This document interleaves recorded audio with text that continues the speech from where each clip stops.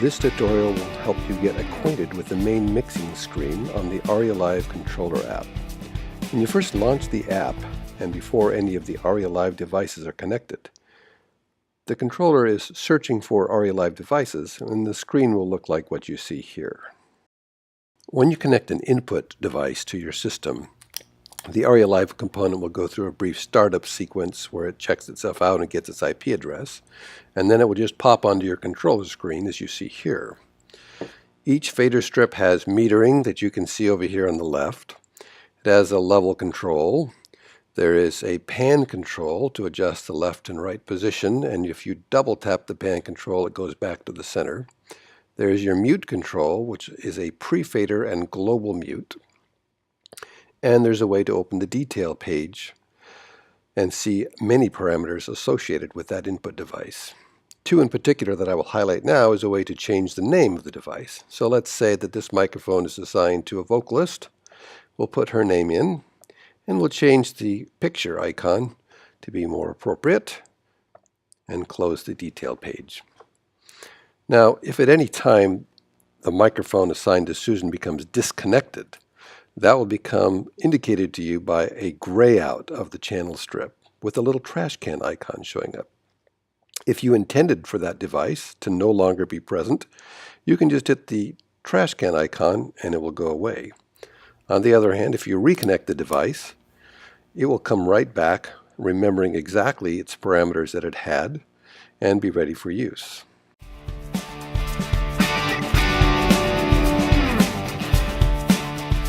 We'll transition now to an audio production environment where there is quite a bit more going on.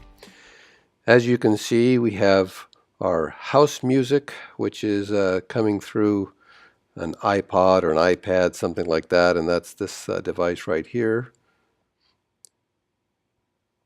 We also have vocalists for Tim and Steve and Angela. We have instruments connected and a number of things going on. What I'd like to show you first of all is how scrolling works.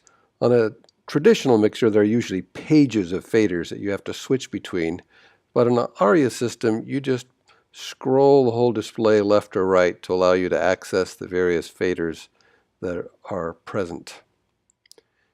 You can also rearrange the faders very simply. If I wanted to have the house music be moved over to here next to on the right side of the vocalist, that can be done very simply.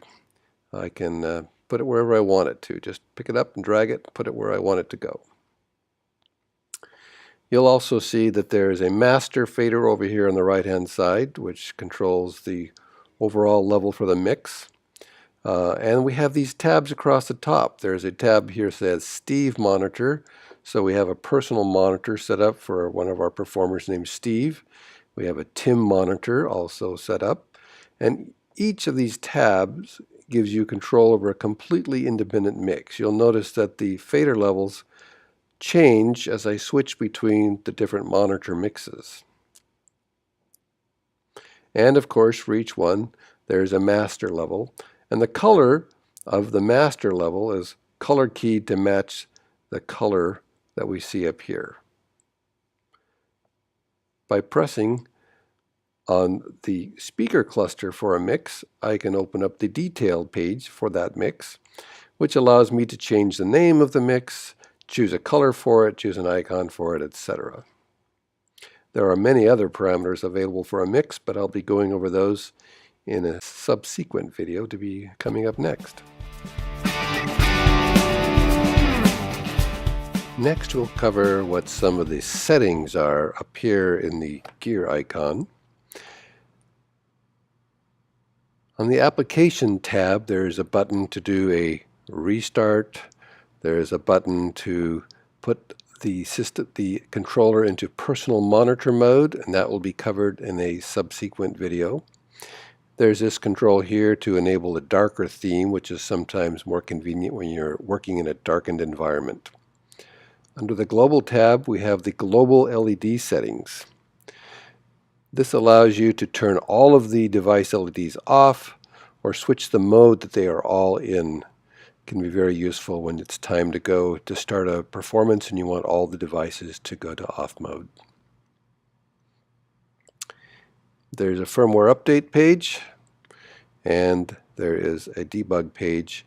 Debug mode is there for use by the Arria support team, and so it's password controlled, and you won't be using that unless you're working with a member of the Arria support team.